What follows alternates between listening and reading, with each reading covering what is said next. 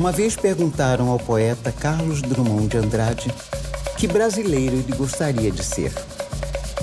O poeta respondeu: meu sonho tem nome e se chama Grande Otelo.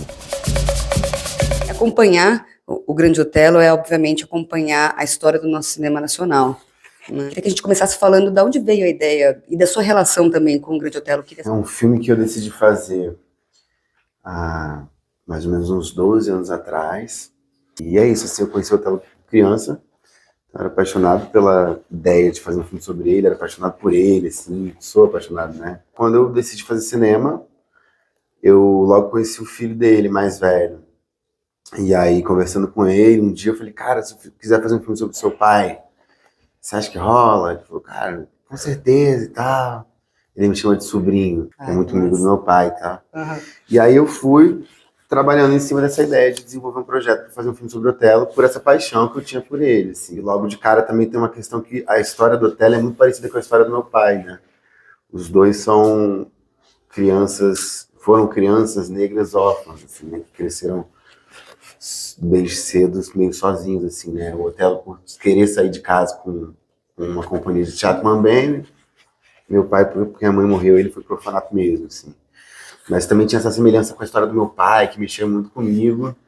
Então eu fui juntando essa paixão com esse lugar de legado dele, né? De ser um ancestral que, como você disse, né? Começou essa história de protagonismo negro dentro do cinema brasileiro.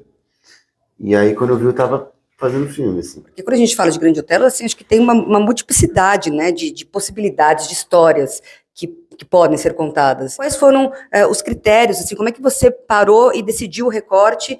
E também, só para finalizar, que eu já vou fazer um combo aqui de perguntas, uma coisa que eu achei maravilhosa é quando que foi a decisão de dar voz ao próprio Otelo, de contar a sua própria história? É muito difícil, sobretudo quando a gente fala do Grande Otelo, né? Porque é um cara que viveu muita coisa, tanto na vida pessoal quanto na vida profissional. E era realmente um artista muito múltiplo, né? Um cara, assim, multifacetado, num nível muito específico, num lugar muito diferente.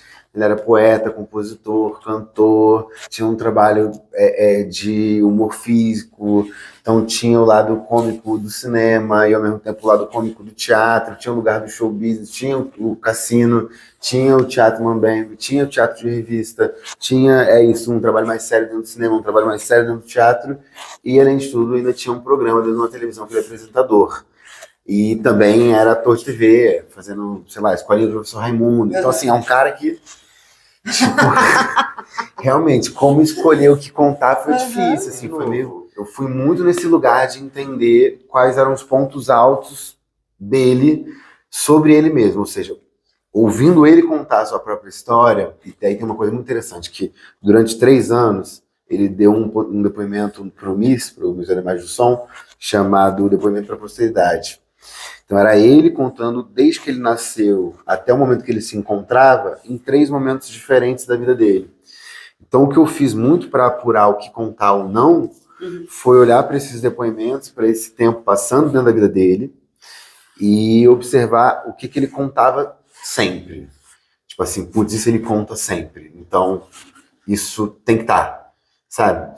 E aí é óbvio, muita coisa ficou de fora, muita coisa interessante ficou de fora, mas não dá pra fazer um filme sobre ele e contar tudo, porque realmente é um cara muito especial, um gênio, um cara que viu muita coisa e tal. A gente juntou na pesquisa 300 horas de material de arquivo, então foi um material muito extenso, assim. E aí a gente tá também falando, assim, de um material que chega pra gente em baixa, e às vezes a gente não sabe onde ele tá, né? Tipo assim, é muito complexo lidar com essa quantidade de material de arquivo. A ideia de fazer um filme em primeira pessoa foi muito porque, quando eu entendi que tinham 300 horas, eu falei, cara, tipo, ele conta a própria história, sacou? Porque, e aí eu comecei a tentar decifrar qual era a maneira que ele contaria a própria história.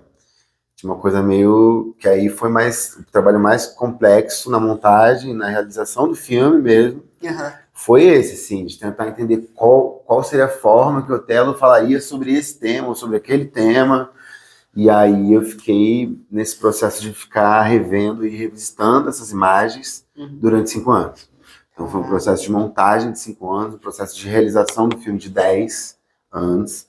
Então, é uma dedicação muito grande, né, para conseguir fazer o filme. Eu acho que para quem conhece, né, um pouco da história do Otelo, o filme consegue trazer novas facetas, aprofundar, né, quem é esse cara, trazer um lugar mais político também, que talvez não tenha sido tão reconhecido enquanto ele estava vivo. Então, para quem conhece, eu acho que o filme aprofunda. Para quem não conhece, eu acho que o filme apresenta, né? Pô, esse cara existiu, ele fez isso. Assim. E essa é a nossa vontade, assim, de fazer esse resgate de memória. Quando eu comecei falando que acompanhar a vida do Otelo é acompanhar também a história do cinema, mas é também acompanhar a história do racismo no Brasil. Eu gosto muito de imaginar Otelo de alguma forma como um ancestral mais velho que veio abrindo caminhos, assim, para que as pessoas negras tivessem um espaço maior dentro da cultura no país como um todo. Mas quando a gente para pensar sobre artes cênicas, assim, o Otelo foi o primeiro ator negro com protagonismo de fato, Sim. com destaque, né? Fica muito em evidência de que ele teve que cruzar fronteiras, né, e abrir caminhos para que hoje a gente pudesse estar aqui fazendo cinema, pensando em cinema e construindo um outro lugar para o negro dentro da história do cinema brasileiro, assim. Então eu gosto muito de imaginar o Otelo como um griot, como um mais velho, como um cara que veio com esse poder de abrir o caminho. E é isso, né? Obviamente é um cara que sofreu com racismo de uma forma muito cruel, né? Então no próprio filme ele fala que entrava pela porta dos fundos no Cassino da Urca porque negro não podia entrar na porta da frente, ele ganhava menos dinheiro que seus parceiros de cena dentro da chanchada, né? Tinha um protagonismo igualitário em quantidade de cenas, mas um salário menor, tinha um lugar de ser tido como um ator cômico, né, como um cara difícil de trabalhar, como escada, para que outros atores brancos com a mesma quantidade de cena tivessem um protagonismo um pouco maior, e aí a gente tem uma questão racial envolvida. Então, acho que é um cara que sofreu muito para que o lugar do negro pudesse ser outro. Então, eu gosto muito de pensar que o filme tem um pouco essa responsabilidade, né, da gente não esquecer o legado e a importância histórica desse cara. Pô, se faz isso com um filme de arquivo, né? E um dos nossos maiores problemas, inclusive no cinema hoje, é a preservação, é a conservação do nosso patrimônio, do nosso próprio arquivo, da nossa história. E aí, como é que foi, então, esse embate? Porque é até irônico, né? É muito irônico e é muito...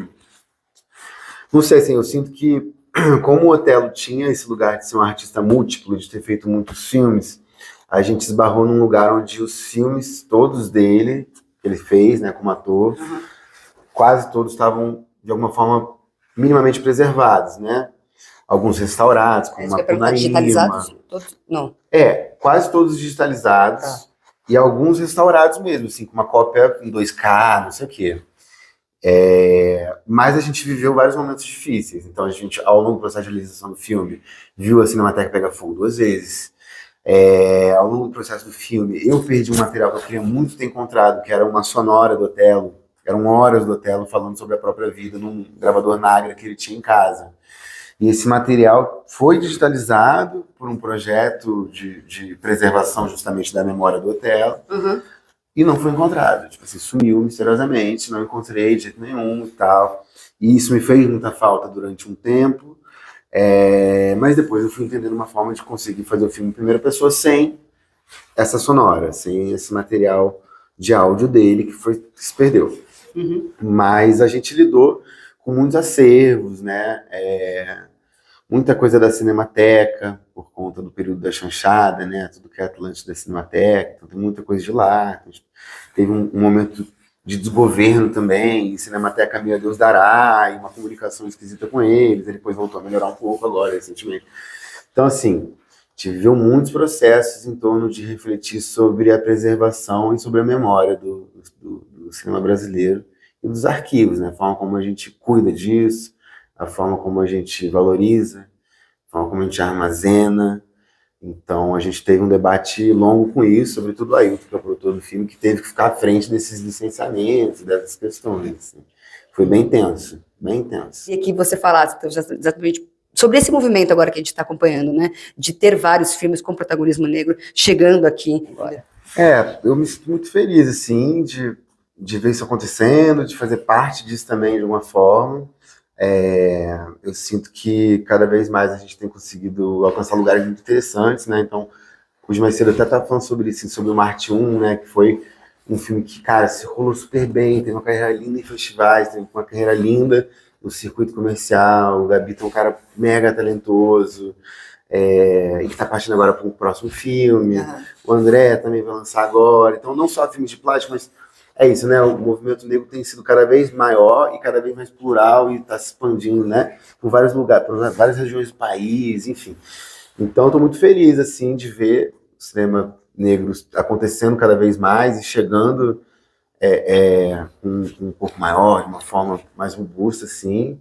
Estou muito feliz também de ver o filme do Emílio, que estreia dia 5 de setembro, junto com o Otelo, no mesmo dia. Que é o Black Power, que o Filó faz, que é um querido amigo, o Emílio também. Então, acho que é isso, assim, estamos chegando.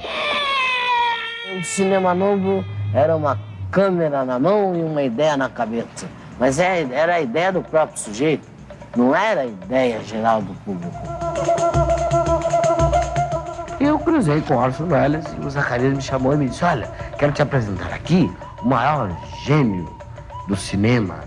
E eu disse: alô? E fui-me embora. Acho que também tem um fator que eu acho muito interessante de pensar, assim, de alguma maneira, que o Otelo tem, por ter participado de muitos caminhos artísticos, né, e cruzado décadas e tal, não sei o quê, ele tem um lugar de ser um pouco uma imagem de Brasil, né? Então, quando eu vejo o filme hoje em dia, depois de 10 anos fazendo, né, eu vejo que é sobre esse cara, eu vejo que é um pouco sobre a história da construção do cinema brasileiro, é também sobre o lugar do negro no Brasil, sobre o racismo, mas no fundo, para mim, acaba sendo também um retrato de Brasil, assim, porque é um cidadão muito brasileiro, assim, um cara que, sabe, viveu esse país intensamente, assim, sabe, que amava o Brasil com todos os seus problemas e todas as suas qualidades, assim. Então, eu acho o Otelo um retrato de Brasil, assim, eu gosto muito de pensar nessa imagem também, sabe?